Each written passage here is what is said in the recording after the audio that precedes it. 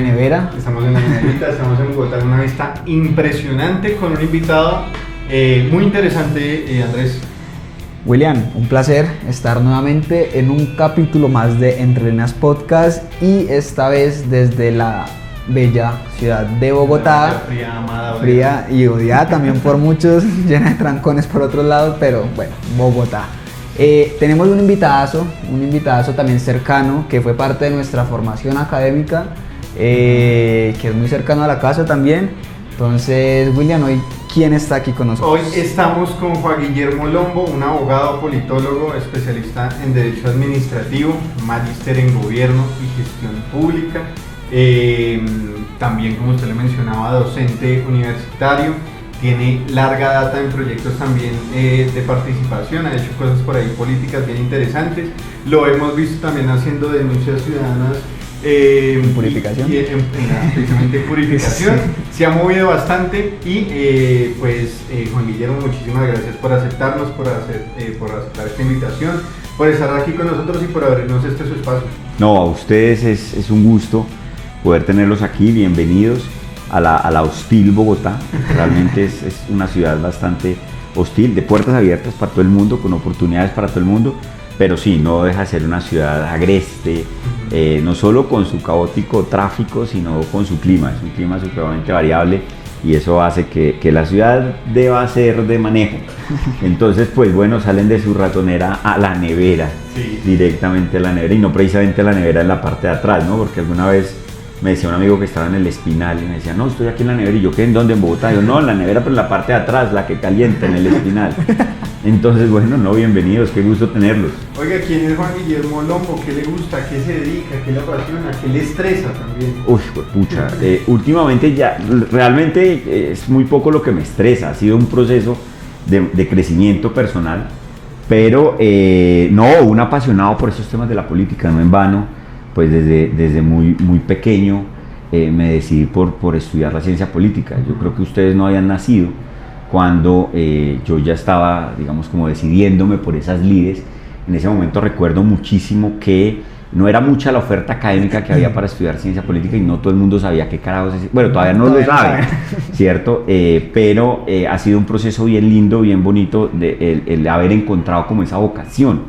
Entonces, eso ha sido un proceso, digamos, muy interesante de formación en torno a todo el tema de la gestión pública. Realmente ese ha sido como el fuerte. Soy un apasionado por esos temas de lo público, sin duda alguna de los asuntos políticos, del debate electoral. Digamos, ahí ya hay dos intentos en ese prontuario, digo yo, digamos, de lo que se ha hecho a lo largo de todo este tiempo.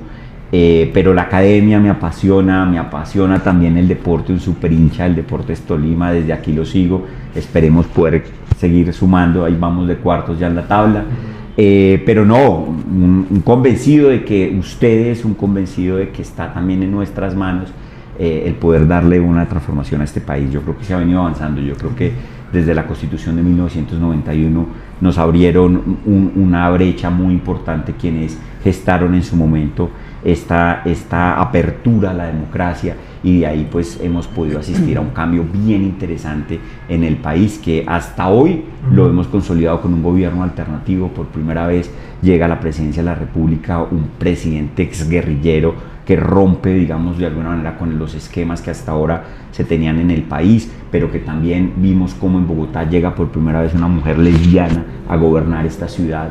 Que no es un proceso, digamos, fácil en una sociedad como la colombiana, pero que son las muestras de lo que fue y lo que ha significado para nosotros ese cambio desde 1991 para acá. Luego todo está en nuestras manos. Sí, profe, a propósito de sus afectos y de esta contextualización que nos hace, vamos a tratar de mezclar lo que es la política con lo académico.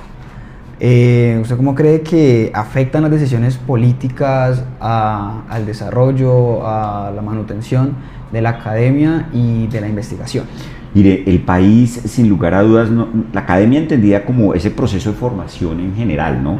Porque el país sufrió unos grandes cambios cuando se empiezan a implementar unos estándares en la educación, ¿cierto? Producto de OCDE y demás clubes en los que el país ha decidido meterse. Pero sin duda alguna que esa misma estandarización ha llevado a que se pierdan elementos muy importantes en la formación de muchos de los pelados hoy en día.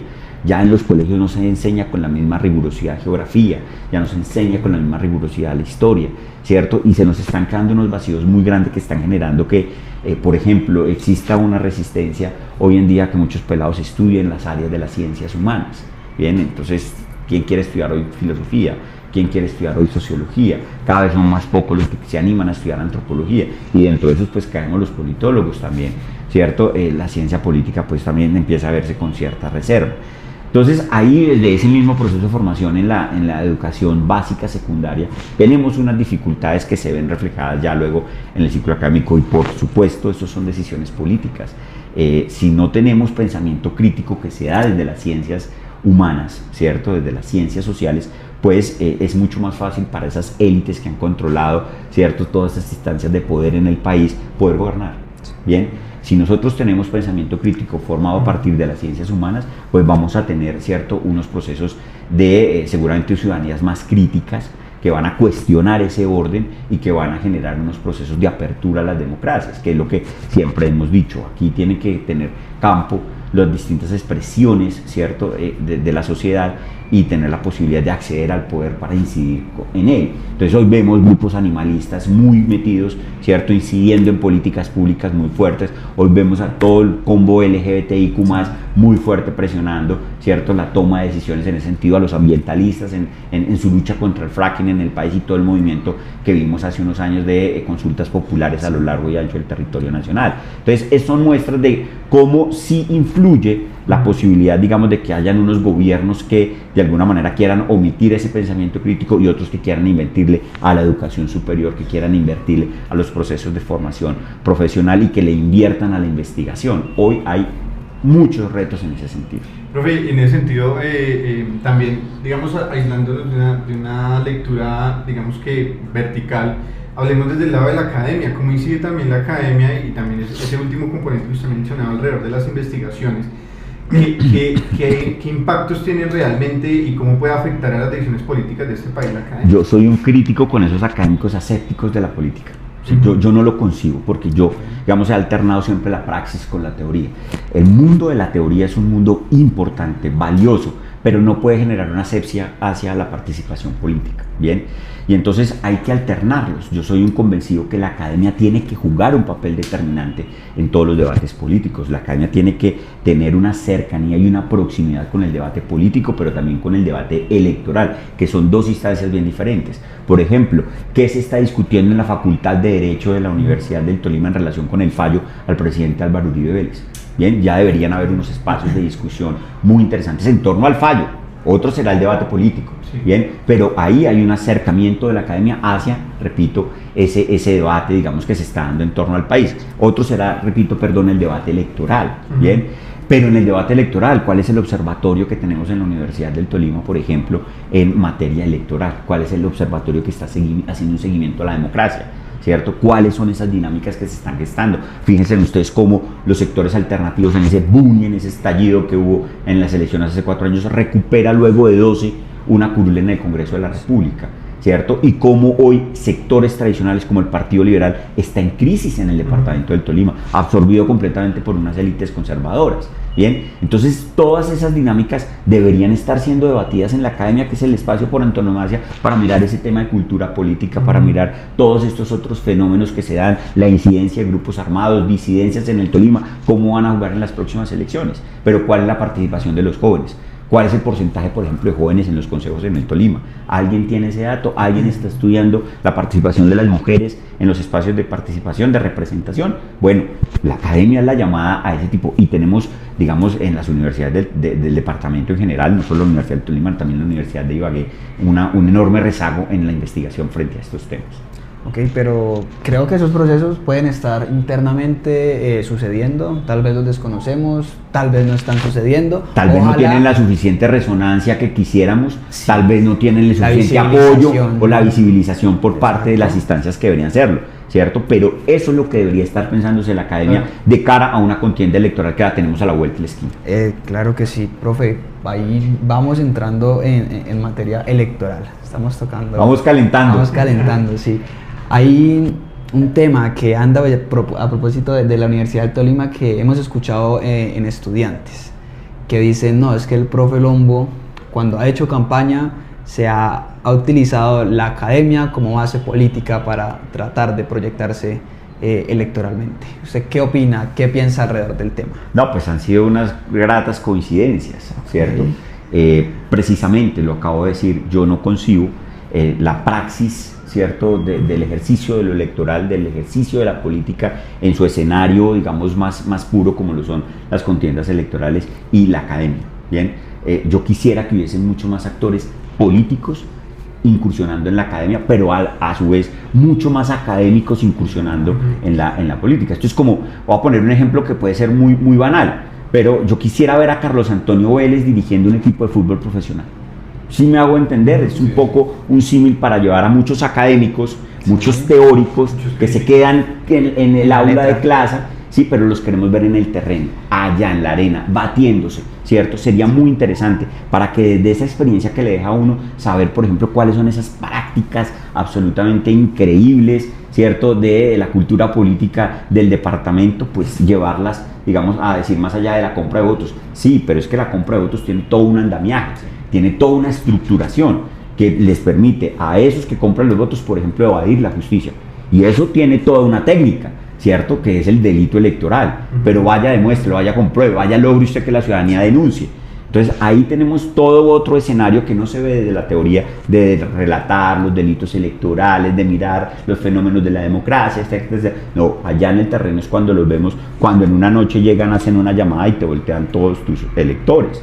Bien, y entonces son prácticas que solamente ese escenario, ¿cierto?, del terreno de lo electoral te lo permite. Pero a su vez el tema de la política en su contexto más amplio, más allá de lo electoral. Dejamos acabar en el departamento del Tolima nuestro periódico escrito. Hoy no tenemos un periódico escrito, tenemos una serie de, no sé, portales de agencias noticiosas, ¿cierto? Pero tampoco estamos escribiendo, nuestros académicos tampoco están escribiendo cuál es el periódico que tienen, cuál es la revista que estamos sacando, así como muy masiva para todos los colombianos, no para un grupo pequeño de estudiantes en la universidad, que yo sé que hay unas revistas muy importantes, pero cuál es esa producción que estamos generándole para tratar de incidir en la cultura política de todos los tolimenses. Y que ese tipo de reproducción académica termina siendo centralista, o sea, queda dentro de la misma universidad. Queda dentro de la misma facultad.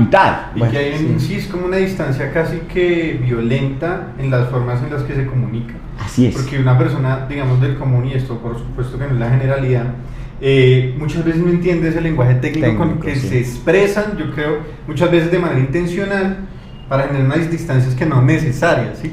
Una grandilocuencia, hermano, para que usted parezca más teórico, para que usted parezca más académico, para que usted entonces se lleve, pues, seguramente la admiración de 3 o 4 docentes, hermano. De ese comité científico. De ese comité científico que te avala, que te respalda y que te dice, wow, tú eres realmente un intelectual aquí en la universidad o aquí en el departamento. ¿Y usted por qué siente que se hace tipo de prácticas? Es decir, el intelectual funciona, su aspecto crítico funciona mucho desde un lugar común de la comodidad, pero ese es su lugar, es decir, desde la producción académica, digamos que de productos escritos, ese tipo de cosas, o también debería involucrarse más desde las praxis que lo da, por ejemplo, un ejercicio investigativo, porque sea esos espacios. ¿Por qué cree que pasa eso? Mire, son estilos y son absolutamente respetables, ¿bien? Yo lo que creo es que los extremos, ¿cierto?, y concentrar un estilo, ¿cierto?, de formación, una metodología,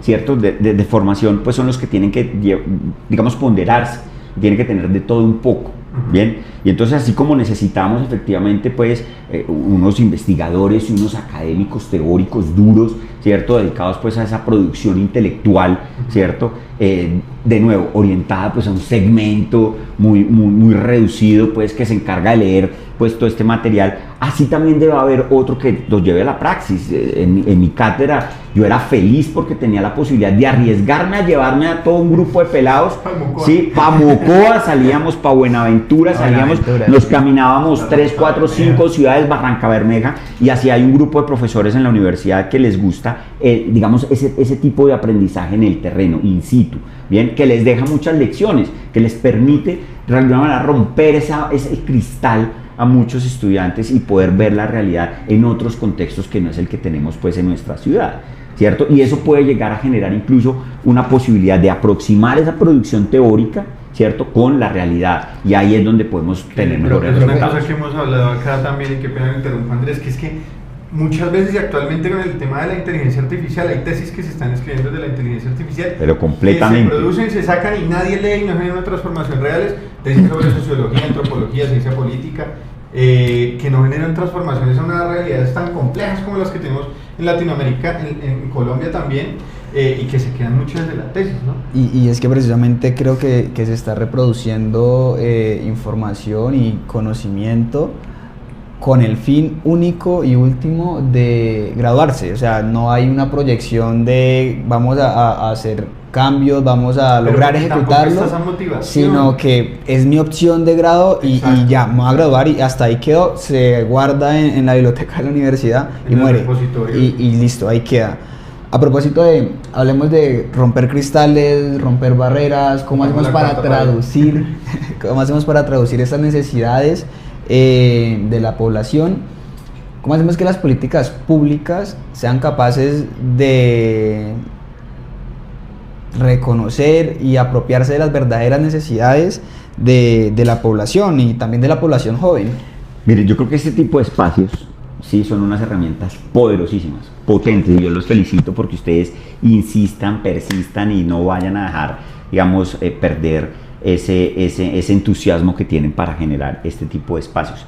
Esto conecta mucho con la gente, este tipo de, digamos, de nuevos formatos son los que permiten pues poder tener unos diálogos más tranquilos, llegarle a públicos mucho más jóvenes, ¿cierto? Que de alguna manera se animen a sentarse 5, 10, 15 minutos a escuchar, ¿cierto?, este tipo de conversaciones. Y así deberían hacer las instituciones, así deberían hacer, digamos, los dirigentes políticos, es decir, me refiero a un alcalde, me refiero pues a un director de una entidad, poder tener unos formatos mucho más ligeros para acercar, ¿cierto?, esa institucionalidad, para acercar la política, ¿cierto?, a un segmento mucho más grande y poder conversar tranquilamente en muchos temas de una manera muy sencilla que pueda calar, ¿cierto?, en la gente de una manera mucho más rápida, un mensaje muy concreto, ¿cierto? Y creería yo que ahí hay un reto muy grande para incluso los comunicadores sociales, para incluso los politólogos, ¿cierto? Pues porque el tema de la comunicación política cada vez coge mucha más fuerza y ese es un segmento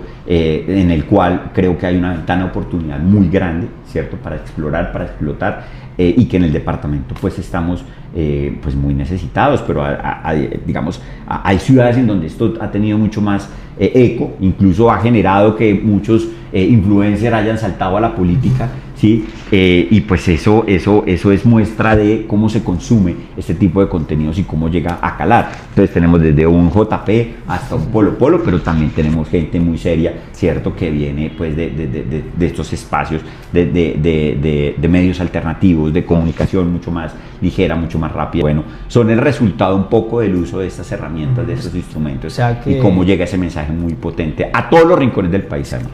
Básicamente la comunicación y este tipo de espacios podrían hacer que esas políticas públicas sean pensadas desde las necesidades por medio de la visibilización de esas mismas. Es que yo creo que una política pública que no se le haga ruido está condenada a ser una tesis de grado, como ustedes lo decían, guardada en un anaquel. Nosotros necesitamos hacerle mucho ruido. Por ejemplo, he estado muy cercano a toda la producción de la implementación de la reforma laboral. Esa reforma laboral fue demonizada, todo lo que ustedes quieran, y redujeron el debate a las horas extras, a los dominicales, ¿cierto?, a los recargos dominicales y festivos, cuando la reforma laboral, si la gente se sentara a estudiarla, se podrían dar cuenta que va a impactar o busca impactar acerca de no menos de 18 sectores poblacionales. Óigase bien, 18 sectores poblacionales, y la gente se queda en los recargos dominicales y festivos y en que la jornada arranca a las 6 de la tarde o a las 10 de la noche. Un debate de verdad mínimo con respecto a lo profundo de esa reforma, que por eso se dice que es una de las reformas sociales más importantes del país en los últimos años. Mire, cogemos a madres comunitarias, se coge allí también a las manipuladoras del PAE. Por primera vez se habla de periodistas, se va a hablar de deportistas, de trabajadores de la cultura, pero tenemos también allí a reclusos, ¿cierto?, que van a verse beneficiados con un par de artículos de la reforma laboral. Tenemos a todos los trabajadores con discapacidad, tenemos también a todos los trabajadores del campo, ¿sí?, allí involucrados, y así les puedo seguir enumerando más de 18 sectores o grupos poblacionales a los cuales la reforma impacta de manera directa. Los médicos que están haciendo su internado, ¿sí?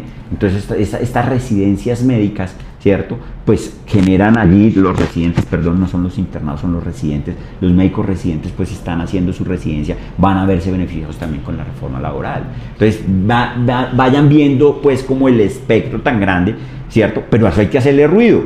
Ahí hay una comunicación política que hacer, un trabajo muy duro de socializar. Tenemos la posibilidad también de que ahora los trabajadores que tengan, por ejemplo, algún tipo de diagnóstico de enfermedad mental, de salud mental, bien sea una ansiedad, ¿cierto?, puedan ir a sus oficinas, a sus sitios de trabajo con los animales de compañía.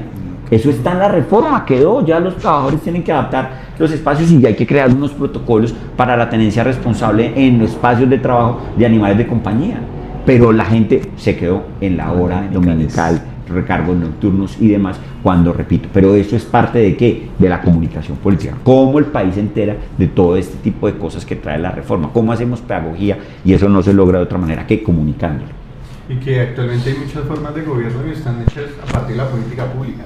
Política pública para todo, pero la política pública tiene unos pasos, ¿sí? Eso los politólogos la conocen bien, pero muchas veces la gente desconoce que hay que seguir ese proceso de evaluación, de seguimiento, de implementación, para ver cómo va la política pública, porque no es solamente listo, sacamos una política pública, muy bien, sellamos, radicada y hay que hacerle seguimiento. Y eso tiene que tener un presupuesto, y eso tiene que tener, ¿cierto?, también una financiación importante. Entonces muchas veces también nos montamos en una, para todo, entonces ahora queremos formular, pero hasta hace unos años a todo le montamos una ley. Entonces ahora a todo le queremos montar una política pública, ¿cierto? Y entonces ¿qué vamos a hacer con una cantidad de leyes y con una cantidad de políticas públicas, ¿cierto?, que nos crean 1000 comités, porque cada política pública trae un comité. Y entonces hay un escenario también de evaluación de la pertinencia de reducir todo a política pública o de llevar todo a política pública, ¿cierto? Entonces también las entidades territoriales tienen que ser muy rigurosas, tienen que ser muy cuidadosas en ponderar el uso de la figura de la política pública para el desarrollo pues, de su gestión. Profe, finalmente quería preguntarle, y usted lo mencionaba hace un rato, como su afán, a propósito también de la academia de la docencia, está muy articulado con los procesos organizativos de los jóvenes. ¿Usted qué consejo le daría a esos jóvenes que quieren transformar? Por supuesto que no vamos a hablar del país, no cuando el joven quiere cambiar todo, pero sí es la realidad. Y a punta de piedra, que es lo más berraco, hermano. Pero sí esas realidades prácticas que tienen inmediatas que pueden resolver y organizativas, ¿no? En comunidad. ¿Qué consejo se le puede dar a esa clase de jóvenes? No, mire, yo sí creo que definitivamente el joven en cualquier momento de la historia siempre va a ser un actor muy importante. La beligerancia de la juventud es la que ha llevado a que se generen grandes procesos. El estallido social fue el resultado pues, de la movilización de los jóvenes. El letargo de los jóvenes es el silencio de la sociedad, digamos, la paquidermia de los jóvenes es un mal síntoma dentro de una sociedad. Entonces esa beligerancia, toda esa actividad de los jóvenes pues debe generar y debe canalizarse, ¿cierto?, para que se produzcan los cambios que se requieren. Entonces, pues primero invitarlos a que sigan sublevados, a que sigan, digamos, esa rebeldía y ese instinto de la juventud que es tan bonito, pero que se tiene que canalizar en el uso de los instrumentos que están dados. Vemos que vamos a estar próximos convocados a los consejos de juventudes. Creo que ese es un espacio que ha sido invisibilizado en muchas partes del territorio nacional. Se le pierde digamos, las ganas de participar a muchos jóvenes porque los mandatarios no le dan la relevancia y el peso, pero yo creo que más allá de que sean los mandatarios, son las mismas instancias las que tienen que empoderarse y hacer exigibles el respeto hacia esas instancias, hacia esos espacios, pero en las universidades, pero también digamos, en la misma carrera administrativa del Estado, ¿cierto? Cada vez son más los profesionales jóvenes que llegan. Ahí deben haber unos procesos de organización. ¿Sí? La figura del sindicato, por ejemplo, tiene que modernizarse, tiene que reivindicarse, no tiene que demonizarse, por el contrario, tiene que adaptarse a las nuevas realidades. Y creo que allí son los jóvenes los que están llamados a empoderarse y asumir ese papel protagónico en esas instancias de defensa, de lucha, de reivindicación, ¿cierto? De causas sociales. Entonces, a los jóvenes decirles persistan, nunca desistan, ¿cierto? De buscar esas transformaciones que se quieren. Claro, pensamos en macro, pensamos en cambiar toda una sociedad, pero pues yo creo que ese es un proceso que se va de alguna manera madurando, ¿cierto? Y luego entendemos que es importante empezar por cambios muy, digamos, muy inmediatos, muy que tengamos a la mano, de contextos en donde nosotros tengamos alguna incidencia, y de esa manera pues poder realmente avanzar en el aportarle al cambio. Bien, ya uno después dice yo quiero cambiar, y después ya dice uno yo quiero aportarle al cambio, bien, cuando adquiere ese nivel de madurez. Entonces yo creo que es no dejar, digamos, vencerse ante los primeros obstáculos, entender los momentos y focalizar esas energías. Bien, bastante interesante la charla, la conversación y las respuestas. Por supuesto, esas preguntas estaban pensadas como para darnos esa luz al panorama también juvenil, electoral, y la transversalización que hay entre la academia y la política, lo directamente relacionados que están. A propósito de eso, yo soy candidato. Estás de candidato. Sí, pues pucha, bueno, no, éxito en ese proceso, hermano. Municipal de Juventudes, vamos a ver qué tanto logramos. A propósito de eso también. También tenemos un espacio, recordarles que no sé si cuando salga este episodio ya lo habremos tenido. Si es así, pues muy bien, espero que nos haya ido bien. Si no, todavía hay la oportunidad, vamos a abrir un espacio para escuchar a muchos de los candidatos a los consejos municipales de juventud de la ciudad de Ibagué. Eso será el próximo viernes. Sí, en 2 días. Sí, señor. Pero también estamos organizando un debate que está ahí cocinándose en la ciudad de Ibagué para los candidatos. A todas nuestras redes sociales de Entre Líneas Podcast. Oiga, profe, muchísimas gracias por estar con nosotros, muchísimas gracias por hablarnos desde su experiencia, hablarnos desde sus pasiones, sus gustos por este tema de lo público. Por supuesto que quedan una cantidad de cosas por fuera del tintero. Esto es un ping pong, cuando yo le digo siempre a Andrés, cuando hablamos de política o de los temas políticos. No, además que lo logramos, estaba muy pendiente desde hace rato con Andrés, habíamos hablado de poder estar aquí, los sigo, los veo, trato, digamos, de acompañar pues como este ejercicio a partir de un view, ¿cierto? O de un like, y no, de verdad que es un gusto, yo los felicito, porque sé que es un esfuerzo que se hace muy propio, ¿cierto? Esto arrancando es muy difícil. Cuando sean famosos, cuando esto sea un espacio que seguramente lo va a hacer de mucha más quilates, ¿cierto? No dejen de invitarme para seguir hablando, para seguir conversando de todos estos temas. No, yo creo que los más interesantes es cuando nos sentamos entre colegas también, ya se puede decir, a hablarnos de sociedad, cultura y juventud. Creo que es lo que más siempre nos ha interesado. Sí, se hace muy grato. Sí que se necesitan, de verdad. Yo tengo la oportunidad de ir a muchos otros departamentos y siento mucha angustia cuando veo procesos muy interesantes en otros departamentos y siento que en el Tolima estamos como obnubilados. Bien, creemos que no hay un mañana, creemos que todo está escrito y que todo quedó sentenciado. Y yo creo que, por ejemplo, en el caso personal, pues es hacer un proceso, pues digamos, como de repliegue estratégico, de tomar oxígeno, ¿sí? Y dejar que sean otros los que lideren muchas causas. Nosotros dimos mucha lora en muchos momentos en mi pueblo, en Ibagué con Andrés Fabián Hurtado, que lo vimos desde un primer momento. Es uno de los personajes más nefastos que puede existir en el departamento del Tolima, pero pues no se puede esperar nada de lo que produzca el barretismo, y en eso hemos sido siempre absolutamente claros, y no es que nos hayamos cansado, lo que pasa es que es contraevidente, y ya uno contra la evidencia, ¿qué más puede decir? ¿Cierto? Entonces yo creo que el departamento está llamado a experimentar estos cambios, si quiere realmente salir de esa horrible noche, de esa obnulación en la que lo tienen estos sectores políticos que han cooptado a muchos jóvenes, y es absolutamente válido que muchos jóvenes entren a reivindicar también esas banderas, ¿no? Lo importante es que también desde otros espectros del escenario político surjan también nuevos liderazgos que hagan, digamos, que le den el debate, que con altura, que con ideas, que con argumentos puedan evidenciar la tragedia que vive el Tolima con ese sector, con esa clase política pues que hoy la gobierna. Bien, Andrés, entonces Muchísimas gracias a usted también por haber estado en este espacio. Por venir hasta Bogotá. Que no les vaya a pegar mucho la altura. Y fue un capítulo bastante provechoso. Gracias por estar aquí, gracias profe Lombo también por estar aquí. Nosotros estaremos viéndonos entonces en un próximo capítulo de Entre Líneas Podcast. Gracias a todos por vernos. Chao, chao. Chao, chao.